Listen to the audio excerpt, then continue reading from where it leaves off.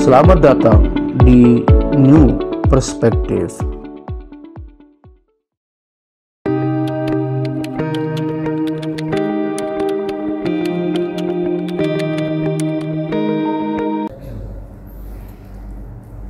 Selamat datang di New Perspective. Kembali kita bersua bersama saya Diki Wahyudi sebagai pembawa acara di sini. Saya adalah salah satu peneliti Gempera dan meneliti tentang masalah-masalah sosial politik di Nusa Tenggara Barat. Baik, kawan-kawan semuanya, hari ini saya kedatangan tamu yang sangat spesial ya di New Perspective. Yang pertama, kita kedatangan tamu Dr. Haji Supratman Muslim MZ MPD. Beliau adalah salah satu abiturian Nahdlatul Watan, kemudian murid langsung Maulana Syekh Tuan Guru Kiai Haji Zainuddin Abdul Majid. Kemudian yang kedua, kita juga kedatangan pakar politik atau pemerhati politik Nusa Tenggara Barat, yaitu Mas Ahmad Yani. Kemudian kita juga kedatangan Direktur Gempera Indonesia, yaitu Dr. Saiful Hamdi. Selamat siang, Bapak-bapak sekalian. Sehat? Siang semua. Alhamdulillah.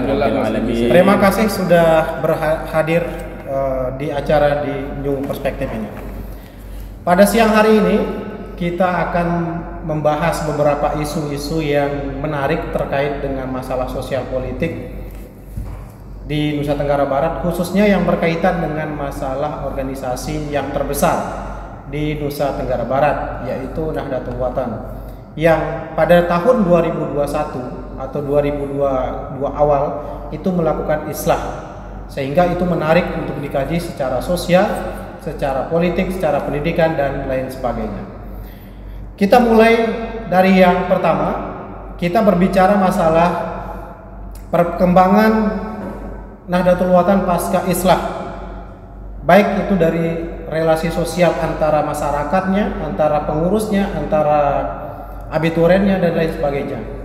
Bagaimana relasi sosial yang dibangun oleh pengurus Nahdlatul Watan, dan bagaimana ke depannya langkah-langkah yang diambil baik dari segi pendidikan, sosial politik, karena memang Nahdlatul Watan ini banyak merangkul orang, kemudian berbeda pandangan politik itu terjadi di tubuh Nahdlatul Watan. Tapi yang pertama sekali kita bahas yaitu adalah perkembangan NW pasca islah itu seperti apa sih relasi sosialnya, sehingga hubungan antar keluarga di internal maupun antara pengurus NW dan jamaah NW itu sendiri. Mungkin pertama saya minta pendapat dari Pak Dr. Supratman Muslim terkait dengan bagaimana sih relasi sosial yang terjadi antara masyarakat NW setelah islah ini terjadi. Silakan. Terima kasih Mas Diki. Ya. Jadi kalau kita berbicara tentang islah, sebenarnya sudah kita lepas dari pembicaraan tentang konflik, karena kalau sudah islah itu berawal dari konflik. Kenapa ada islah? Karena dari konflik. Artinya kalau kita sudah islah, situasi sudah kondusif, ya. Tidak ada lagi perdebatan, tidak ada lagi perbincangan yang harus kita perpanjang, baik di antara baik yang berafiliasi yang di NW maupun di NWDI. Ya. Tidak ada lagi perdebatan. Dan kita lihat secara faktual di grassroots jamaah sebenarnya jamaah jalan kondusif, tidak ada gesekan-gesekan lagi lah. Kita dengar, apalagi sampai terjadi baku hantam atau sampai bentrok yang menyebabkan fisik gitu loh. Tidak ada di masyarakat bawah, tidak ada kita dengar saat ini terjadi bentrok apalagi sampai ke fisik.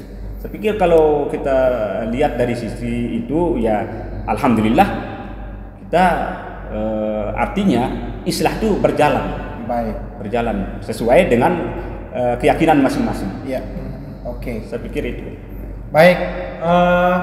Selanjutnya mungkin dari Pak Dr. Saiful Hamdi selaku Direktur Gempera dan sejak lama sudah meneliti tentang NW dan NWD ini. Sekilas memang yang dikatakan Pak Dr. Supratman tadi itu benar adanya. Ketika islah itu memang sudah tidak ada lagi konflik-konflik yang sifatnya grassroots maupun yang sifatnya pengurus. Akan tetapi yang menjadi pertanyaan saya adalah apakah keyakinan atau islah ini menjadi kunci persatuan antara jamaah baik NW maupun NWDI? Mungkin saya minta pendapat dari Pak Dr. Saiful Hamdi. Silakan. Ya, terima kasih banyak Mas Diki. Saya kira apa yang dikatakan Pak Dr. Supratman tadi ada benarnya ya, bahwa idealnya kalau orang sudah islah itu sudah selesai masalahnya. Ya. Walaupun kalau kita perhatikan belakangan ini, saya melihat ada beberapa persoalan-persoalan di internal organisasi yang sepertinya belum selesai. Termasuk misalkan kemarin kita lihat bagaimana teman-teman Nahdlatul Wathon merasa ada hak mereka terhadap aset yayasan yang ada di Pancor. Sehingga muncul tuntutan 125 miliar. Ini yang kemudian membuat heboh juga pasca islah ini. Tetapi di luar itu saya lihat memang perkembangan NW dan NWD ini benar-benar mencerminkan apa yang sering kita dengar, yaitu fastabiqul khairat. Fastabiqul khairat. Jadi berlomba-lomba dalam kebaikan. NW ya sangat intens membangun cabang-cabang madrasahnya, menggerakkan Hizbullah layatan di mana-mana. Begitu juga NWDI. NWDI saya melihat juga sudah banyak pelang-pelang madrasah yang dulunya NW mungkin ya udah berubah menjadi NWDI. Ini fenomena yang saya baca di lapangan, bahwa kedua organisasi ini mulai menggeliat dan menunjukkan step perjuangannya begitu. Tetapi yang menarik adalah ada beberapa perubahan kalau kita lihat ya, cara pandang mereka membangun organisasi di sini, Mas Diki. Misalkan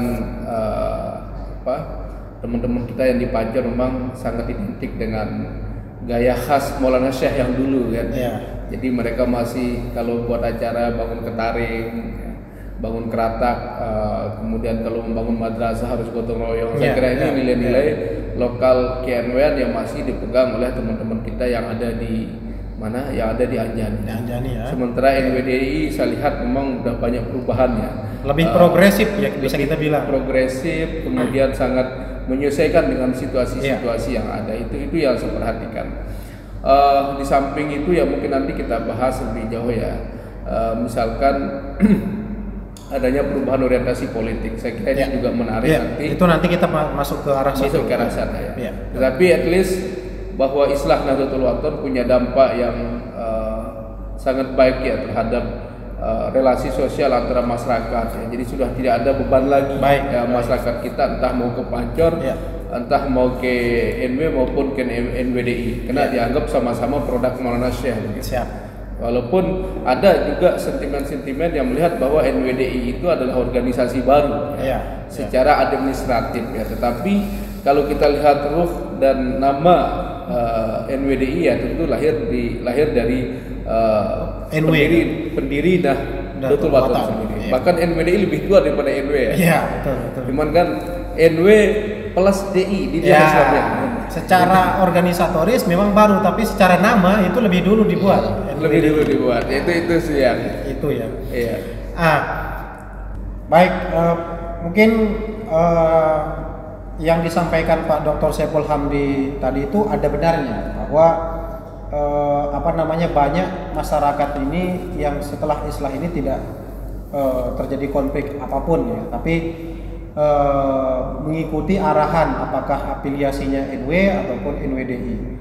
Akan tetapi yang ingin saya perjelas lagi pada Pak Dr. Supratman Muslim adalah apakah ketika islah terjadi ada organisasi NW dan ada organisasi NWDI, itu akan mempertajam hubungan atau relasi sosial di masyarakat itu sendiri, sehingga ada rasa fanatisme yang berlebihan antara masyarakat yang berafiliasi dengan NW maupun yang berafiliasi dengan NWDI. Contohnya misalnya di pengajian-pengajian NW, orang-orang yang berafiliasi NWDI tidak mau hadir.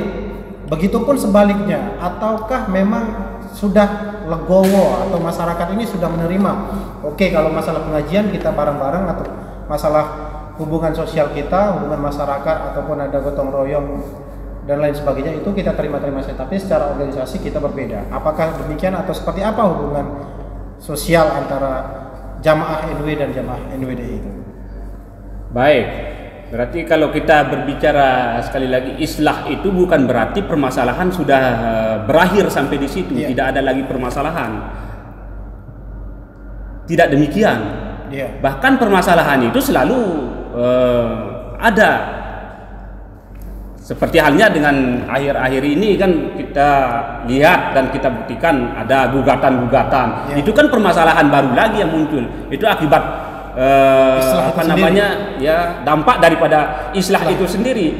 Islah yang kami maksud, yang saya maksud di situ, islah sudah memiliki organisasi masing-masing jalan sendiri-sendiri. Jadi baik yang NW yang NWDI sudah punya jalan masing-masing, punya keyakinan masing-masing. Tetapi justru karena punya rumah masing-masing itulah masing-masing juga akan mempertahankan ego masing-masing. Orang yang berafiliasi di NW tetap mempertahankan bahwa NW itulah yang paling benar, warisan Maulana Syekh. Maka tidak mungkin saya akan berafiliasi kepada organisasi yang bukan ciptaan Maulana Syekh, katakanlah seperti itu. Itu pendapat satu kubu itu pendapat di NW.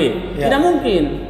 Walaupun di NWDI sama saja, sama-sama mewarisi ajaran-ajaran Maulana Syekh, sama-sama menyebarkan madrasah-madrasah yang menjadi warisan Maulana Syekh. Tetapi ada juga pandangan yang mengatakan tidak sesederhana itu. Kalau kita berbicara dilihat dari perspektif organisatoris, ormas tetap tidak sama NW dengan NWDI secara organisatoris. Sehingga banyak yang berpandangan mana sih dalilnya, dalil akli maupun nakli, yang menyatakan bahwa secara organisatoris itu NW dan NWDI itu sama. Sedangkan NWDI itu lahir baru kemarin tahun 2021 secara organisatoris. Nah, dalil apa yang kita pakai meyakinkan masyarakat terhadap pertanyaan itu? Ini kadang-kadang bingung juga kita, karena secara administrasi itu jelas, itu pernyataan Kemenkumham itu memenangkan NW, itu dasarnya kan gitu. Baik. Sampai di situ saya tangkap Pak Dr. Supratman. Tetapi yang ingin kita bedah lebih dalam itu adalah fanatisme yang tadi. Masyarakat ini apakah ketika NW ini diyakini adalah organisasi bentukan dari Maulana Syekh, dan kemudian tadi SK Kemenkumham itu sudah turun dan mengesahkan bahwa NW ini adalah organisasi yang sah secara hukum di hukum negara, dan NWDI ini sah juga secara hukum negara, akan tetapi baru kemudian dia terbentuk di tahun 2021 dalam konteks jamaahnya. Apakah memiliki basis massa masing-masing? Terutama Pak Dr. Saiful Hamdi itu menyinggung bahwa secara pendidikan ada yang ikut afiliasi NWDI sampai-sampai nama madrasahnya dirubah. Iya, Mas Riki, saya kira pasca islah ini memang kan secara fakta sosial ada dua organisasi yang muncul, NW dan NWDI. Jadi yang ingin saya stressing di sini bahwa NWDI merupakan produk dari konflik Nahdlatul Wathon. Ini yang kita sepakati karena selain berbenturan dengan aturan organisasi, aturan pemerintah undang-undang ormas terkait dengan tidak boleh ada nama yang sama, juga bahwa ada pihak yang memang tidak mau bersatu. Ini yang saya kira menjadi masing-masing menjaga status quo ya. Ya, artinya kan pernah ada tawaran-tawaran misalkan ya bahwa Tuan Guru Bajang di Pancor siap jadi sekjen atau wakil ketua. Nah, ini saya kira tawaran-tawaran bagian dari negosiasi, walaupun kita tidak pernah melihat wujud kompromi yang real ya, bahwa misalkan Tuan Guru pernah berembuk ini loh peta jalannya begitu. Nah, ini yang saya katakan bahwa kalau dulu NW itu produk NWDI, sekarang bahwa NWDI produk NW Waton. Jadi muter balik sekarang. Secara historis dulu NW ini bagian dari NWDI. Artinya lahirnya Nahdlatul Wathon itu kan karena dari NWDI itu menjadi pengembangan besar dari NWDI. Ada NWDI dan madrasah. Sekarang justru sedikit bergeser bahwa NW melahirkan NWDI. Itu yang terjadi kan setelah istilah ini. Nah, kemudian terkait dengan hubungan relasi tadi ya, memang saya melihat bahwa kedua organisasi ini sedang membangun basis.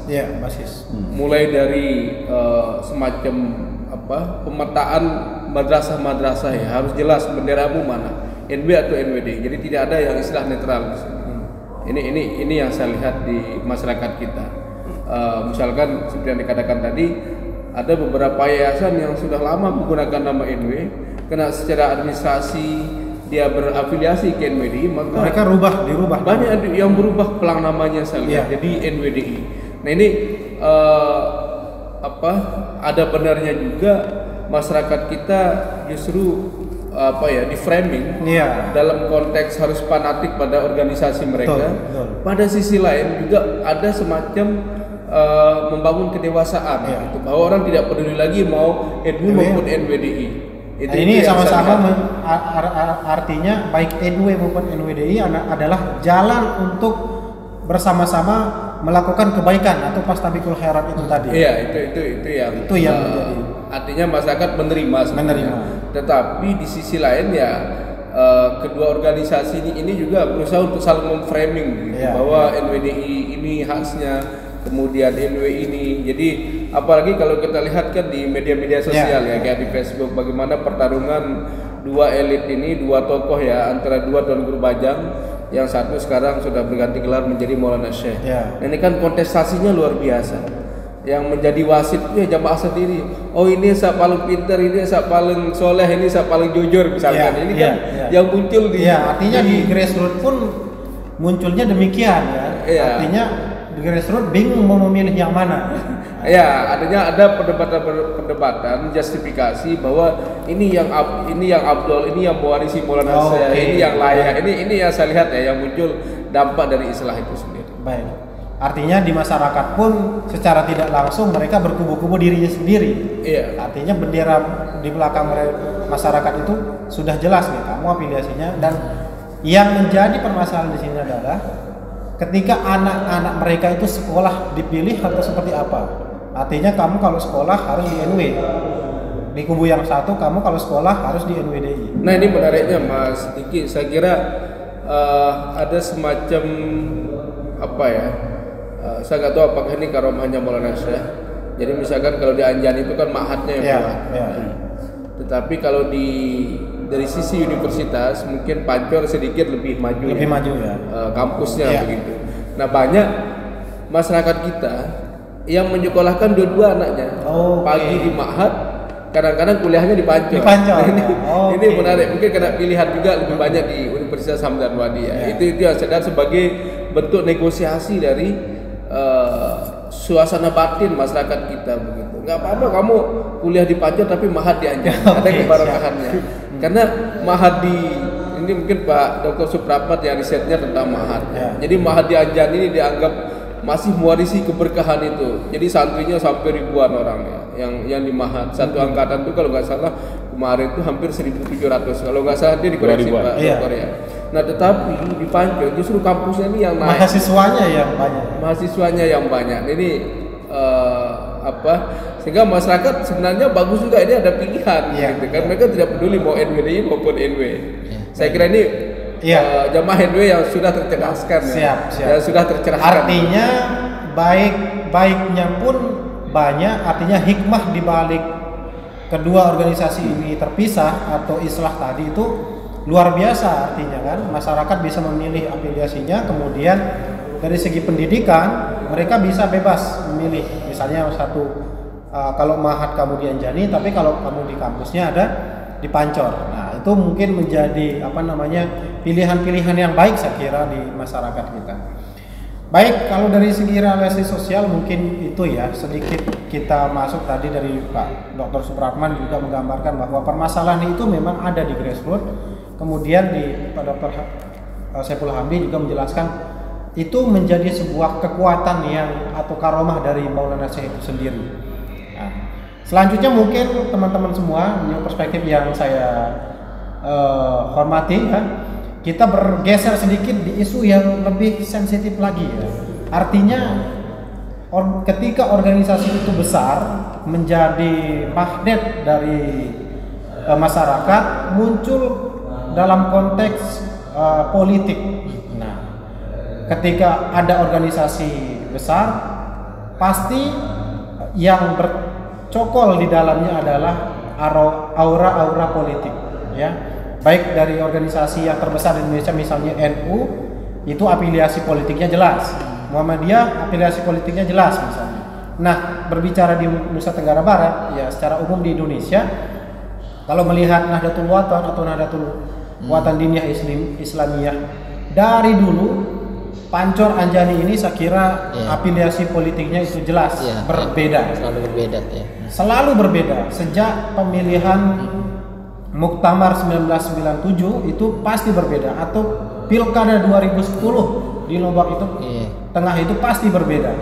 Sampai sekarang Tuan Guru Zainul Majdi berafiliasi dengan sekarang Perindo, tetapi yang Tuan Guru di Anjani Zainuddin Sani berafiliasi di Gerindra saya kira, dan itu menjadi polarisasi yang cukup signifikan di jamaah. Jamaah itu bingung ya. Mungkin saya bertanya kepada Mas Ahmad Yani ya, selaku pemerhati politik di NTB, bagaimana sih masyarakat ini mengelola atau organisasi ini mengelola afiliasi politiknya yang seakan-akan berubah-ubah sedikit-sedikit. Kemarin Nasdem, Pancor itu Nasdem saya kira, tapi berubah haluan ke Perindo. Sekarang tahun yang 2019-2020 Anjani itu kalau tidak salah Golkar atau enggak P3 Hanura justru pindah lagi sekarang ke Gerindra dengan semangat mendukung Prabowo menjadi presiden. Nah, bagaimana sih sehingga masyarakat itu tidak menjadi bingung, dan apa sih yang harus dilakukan oleh masyarakat sehingga kenapa afiliasi politik ini justru berbeda terus dari dulu hingga sekarang? Nah, terima kasih. Kalau dari perspektif politik yang saya lihat justru dengan adanya islah NW di Anjani dan NWDI di Pancor, dalam analis politik saya justru itu akan semakin menguntungkan kedua pihak, karena dengan posisi seperti itu sangat membuka ruang bagi adanya koalisi atau kebersatuan mereka di politik. Karena memang selama ini sebelum adanya islah itu kan relatif dalam politik itu kalau sudah Anjani ke utara, Pancor pasti ke selatan, tidak pernah bertemu lah begitu. Nah, dengan momentum islah masing-masing punya rumah sendiri, tentu ini akan membuka adanya kemungkinan untuk bisa berkoalisi di pilkada terutama. Kenapa? Karena kita lihat dengan konteks jamaah NW dan NWD ini bersatu, misalnya dalam konteks Lombok Timur maupun di NTB, itu sangat mungkin untuk bisa memenangkan pilkada.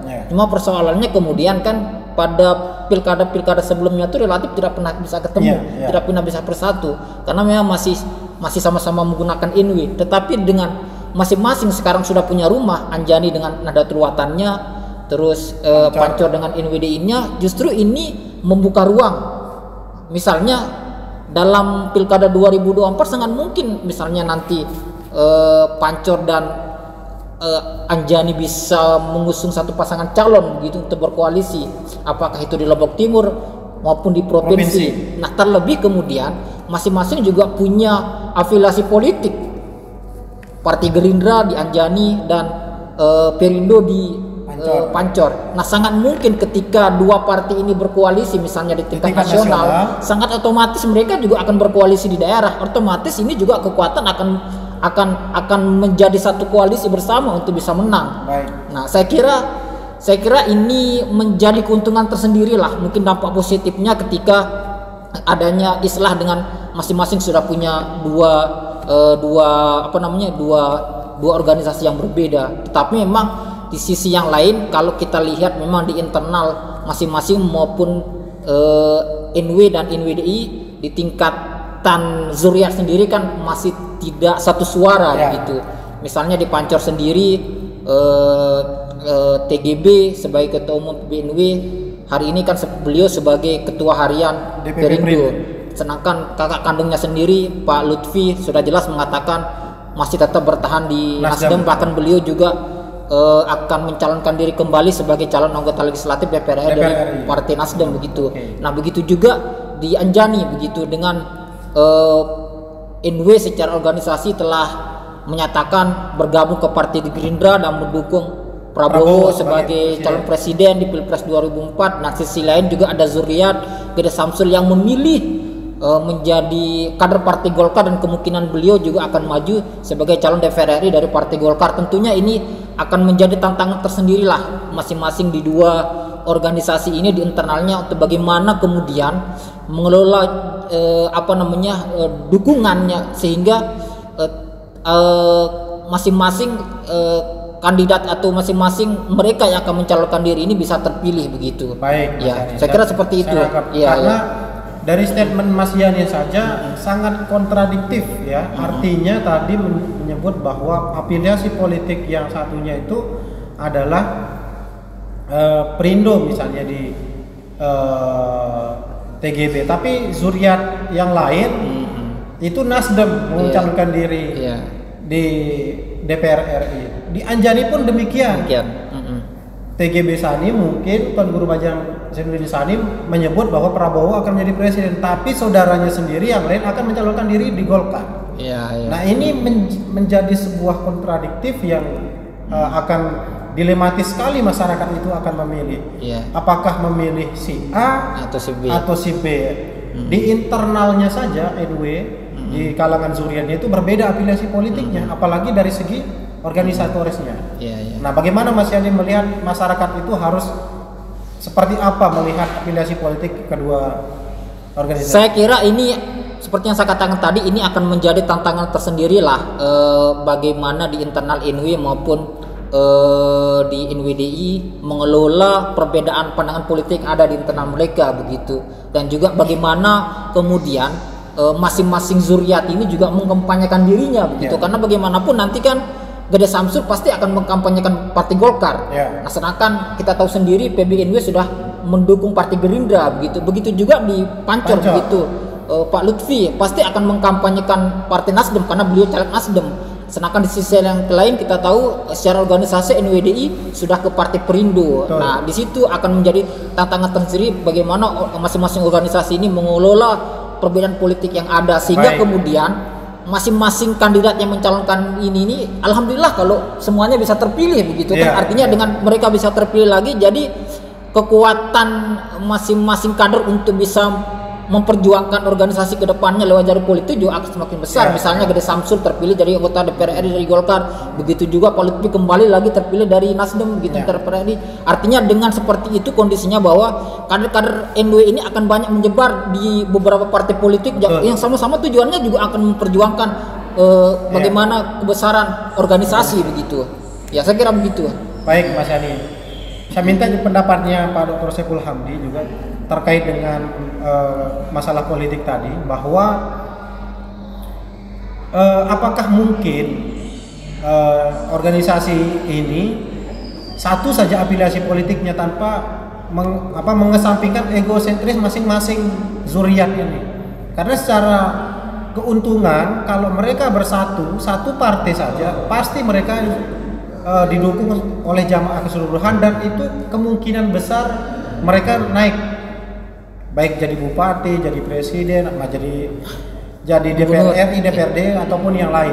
Artinya semakin banyak partai yang afiliasinya di dalam Zuriat itu kemungkinan kecil dia berarti untuk menyebar suaranya.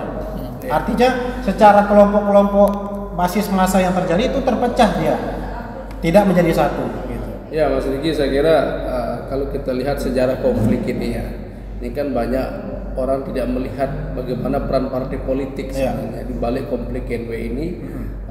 Ada upaya-upaya untuk memecah organisasi. Misalkan dalam beberapa kasus di awal-awal konflik Nahdlatul Wathon ya, seorang bupati misalkan, saya nggak perlu sebutkan namanya, dia berpihak ke salah satu kubu ya, dan tentunya keberpihakan ini akan mempersulit terjadinya islah Nahdlatul Wathon. Tapi yang menarik juga yang ingin saya katakan bahwa setiap momentum pilkada NW pasti ribut ya. Dulu kan NW Banjar, NW Anjani pasti ribut. Nah ini guncangan politik ya, pengaruhnya sangat kuat. Saya lihat ketika kontestasi pilkada, kemudian ada mobilisasi jamaah ya, kayak kasus misalkan pilkada Lombok Timur ini kan sangat luar biasa kontestasinya, termasuk di provinsi pada waktu itu ketika Anjani mendukung Lalu Srinata misalkan ya, kemudian Pancor mendukung TGB. Jadi mas jamaah ini kalau sudah ketemu di titik ketika mereka misalkan yang teman-teman dukungan Anjani kampanye di Selong, yang satu Pancor kampanye di Prigabaya, ini kan mereka saling serang gitu. Ini saya kira Mas Riki yang perlu kita antisipasi lah ya. Mudah-mudahan jamaah ini sudah dewasa dalam berpolitik. Nah yang menarik catatan saya yang kedua bahwa kalau bicara politik NW dan NWD ini sebenarnya tidak terlalu jauh prinsip politiknya. Karena mereka selalu berpindah-pindah partai. Entah itu karena kondisi perolehan partai yang tidak mencapai ambang batas parlemen. Misalkan ketika PBB dulu tidak punya suara di parlemen, akhirnya DGB pindah ke Demokrat. Ya ini yang kemudian menjadi persoalan tersendiri, walaupun mereka punya rasionalitas politik yang menurut saya bisa diterima. Dari Demokrat kemudian ada persoalan mendukung Jokowi ya, dan Demokrat tidak mendukung PGB pada waktu itu sebagai calon wakil presiden Jokowi, akhirnya beliau pun beralih ke Golkar. Nah di tengah itu ya teman-teman NWDI kemudian sepakat gerbongnya ke Nasdem.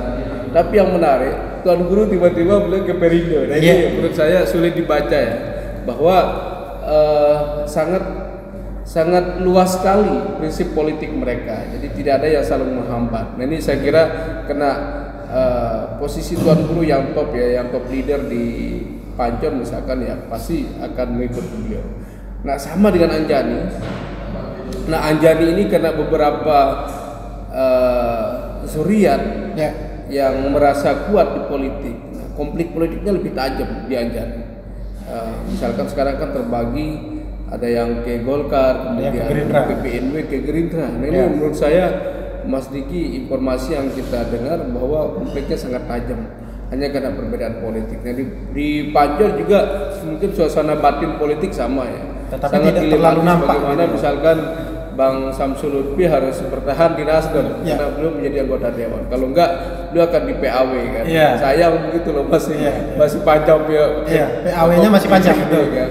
Nah ini yang saya lihat bahwa pasca islah seharusnya NWD itu sudah banyak belajar tentang persoalan dinamika konflik, persoalan bagaimana mengelola perbedaan. Dan challenge yang ada, nah ini justru bukan antara NWDI lagi kalau kita lihat yang berkonflik, tetapi di masing-masing internal zuriat ini yang punya kepentingan yang berbeda. Betul, yang saya sebutkan tadi. Ini yang terjadi, bahwa islah itu melahirkan ya momentum di mana jamaah NW maupun NWDI dipaksa untuk belajar menerima perbedaan. Saya kira ini hikmahnya Mas Diki, bahwa perbedaan itu sesuatu yang lumrah, tidak harus kita memberatkan satu sama lain, dan harus saling berterima gitu. Karena substansi dari kita bersaudara, lahir dari satu rahim itu kan persaudaraan ini. Politik ini kan sangat, demokrasi kan produk barat. Kita harus berparti, ini kan wacana orang barat ini yang kita ikuti dalam sistem politik modern. Orang harus sadar itu, dan ini sifatnya temporer kan, bisa saja besok mungkin suaranya nggak sampai bubar lagi partainya gitu. Jadi nggak perlu kita fanatik partai kan, karena partai itu hanya alat untuk membangun kesejahteraan. Baik. Itu yang saya lihat. Baik. Selanjutnya mungkin pandangan dari Dr. Supratman yang sebagai abituren NW ya, sekali lagi yang melihat kondisi perpolitikan dari masing-masing organisasi ini harusnya seperti apa. Tadi Pak Dr. Saiful Hamdi menyinggung bahwa di internalnya Zuriat sendiri itu masing-masing egonya itu sangat tinggi, masing-masing tidak mau mencari jalan tengah. Artinya secara kepartaian mereka PBNW misalnya Gerindra, tetapi secara individu ada yang berafiliasi ke Golkar. Nah, sebagai abituren NW itu apakah bisa? Artinya kita berafiliasi beberapa partai tetapi sukses untuk itu jalan kita mensejahterakan masyarakat dalam konteks melalui partai politik, mengabdikan diri sebagai anggota legislatif, dengan itu kita bisa berperan lebih besar di masyarakat. Apakah demikian yang tujuan masing-masing orang itu, atau memang mereka memiliki egosentris yang sangat tajam di NW itu seperti apa? Baik, jadi kalau kita lihat pandangan saya secara kultur yang melihat, sebenarnya kita di Nahdlatul Ulama itu secara kultur itu kan yang kuat itu bagaimana pemimpin, ya. Makanya sikap sami'na wa ata'na itu yang banyak dipertahankan gitu. Kalau kita berbicara dalam perspektif pemimpin, kalau dulu masih hayatnya Al-Maqullah Maulana Syekh, sulit sekali akan tergoyahkan. Tetapi sekarang kan situasinya lain, situasinya berbeda, ya. Masing-masing tadi katakanlah ada kepentingan tersendiri, tetapi secara organisatoris, ya, bahwa memang itu akan tetap mengacu pada fatwa pengurus besar, ya. Namanya pengurus besar itu ya, itu yang diutamakan, tetapi bukan berarti itu menghilangkan tadi itu afiliasi pada yang lain, karena ada kepentingan yang berbeda-beda juga, ya. Karena bagaimanapun juga tidak mungkin mempunyai pandangan politik yang sama di dalam sebuah tubuh organisasi itu. Tetapi bukan itu yang terpenting sebenarnya.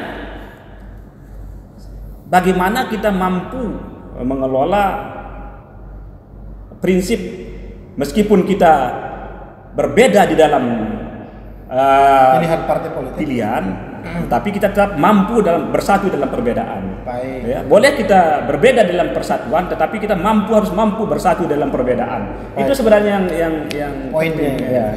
Ya, sehingga tidak melihat ini afiliasi ini afiliasinya ke sini, karena politik itu sisi lain gitu dari dampak kita berorganisasi itu. Baik, gitu. Baik, saya tangkap poinnya. Tapi ya yang sedikit saja untuk masalah politik ini, saya kembali ke Mas Yani juga. Apakah ketika organisasi NW dan NWDI banyak berafiliasi, apakah ini akan menguntungkan mereka secara organisasi pilihan-pilihan politik ini? Ya, saya pikir tentu keputusan masing-masing dari organisasi berafiliasi politik itu melalui berbagai pertimbangan dan kajian, ya. Ya, saya kira bagaimanapun perjuangan sebuah organisasi juga tidak terlepas dari perjuangan politik, karena bagaimanapun ketika organisasi ini sebuah organisasi ini menjadi besar, tentu harus ada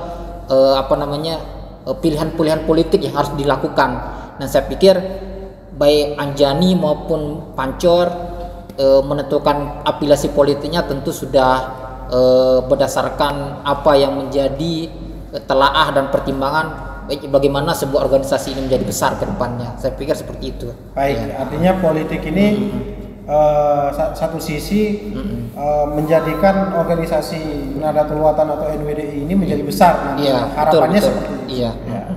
Baik,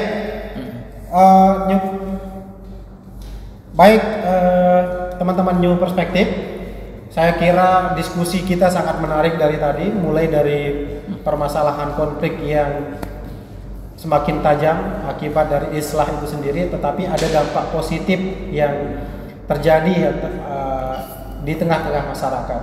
Kemudian kita juga berbicara masalah pengembangan institusi pendidikan, baik NW maupun NWDI, sehingga semakin akibat dari islah ini perkembangan madrasah-madrasah NW maupun NWDI itu semakin pesat, baik di ITB khususnya maupun di Indonesia secara keseluruhan. Kemudian terakhir, di bab terakhir sempat kita menyinggung masalah pilihan-pilihan politik yang dipilih oleh masing-masing organisasi itu sendiri, baik dari kubu NWDI yang tentu tokoh sentralnya adalah Tuan Guru Bajang Zainul Majdi yang sekarang menjadi ketua harian DPP Partai Perindo. Kemudian dari statement yang beredar kita tahu bahwa afiliasi dari organisasi NW yang Nahdlatul di Anjani, Raden Tuan Guru Bajang itu jelas berafiliasi dengan Partai Gerindra. Saya kira diskusi kita ini sangat menarik ya untuk membedah lebih jauh lagi. Akan tetapi karena kita keterbatasan waktu untuk membedah lebih jauh lagi, mungkin kita perlu segmen kedua. Kalau rame, tunggu segmen kedua ya. Silakan bagi kawan-kawan New Perspektif, jangan lupa like, share, and comment sebanyak-banyaknya. Terima kasih. Assalamualaikum warahmatullahi wabarakatuh. Terima kasih. Terima kasih. Terima kasih banyak. Siap.